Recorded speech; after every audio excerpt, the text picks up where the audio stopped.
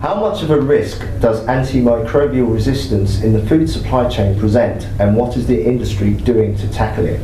I'm Noli Dinkowski from Food Manufacture, and I'm here with Reg Smith, Agriculture Director of Fosenda and Chairman of the British Poultry Council's Antibiotic Stewardship Scheme. So why has antibiotic usage become so problematic in the food supply chain? Principally because when antibiotics first were produced in the late 40s, it was a wonder drug or the wonder product, and it's used heavily in human medicine and animal production, and it cured everything. It seemed to cure everything.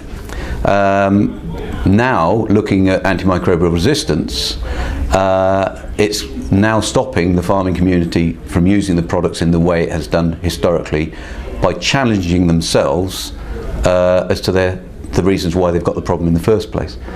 But it's become the issue that it is because everybody's worried about protecting the world's population and protecting the antibiotics to do that. What measures has the poultry industry taken to reduce antibiotic usage? I can speak for the British Poultry Council. We recognised that the way we were doing things wasn't right. We got the farmers together and we started a data collection system which we shared with the VMD. That gave us a benchmark, and then against that we set a number of priorities. Firstly, get rid of what are classed as the highest priority critically important antibiotics, which we've done a pretty good job on. Secondly, reduce overall usage where appropriate, and at the same time concurrently get rid of prophylactic administration of antibiotics, which if you want I can explain. But it is the administration of an antibiotic to an animal which you do not know is actually sick.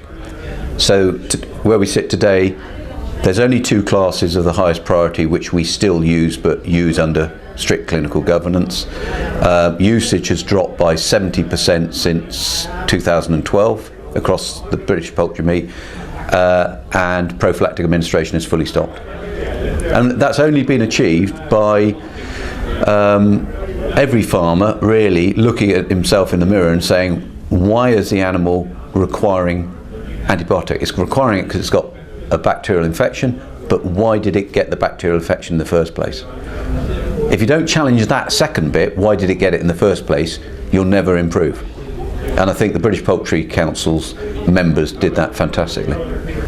But with usage still so high in the Far East and in places like China in particular, are we just scratching the surface? What more needs to be done globally?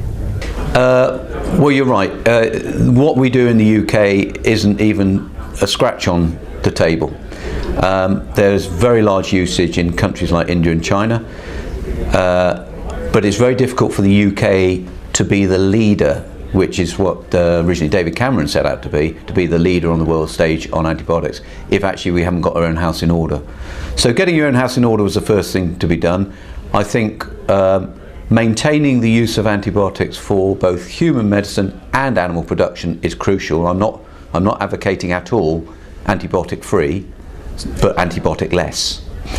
Once we're in that position, which, as I say, the British Poultry Council members really are now, and the other meat sectors in the UK are getting there, then you can be more vociferous on the world stage to countries like India, countries like China.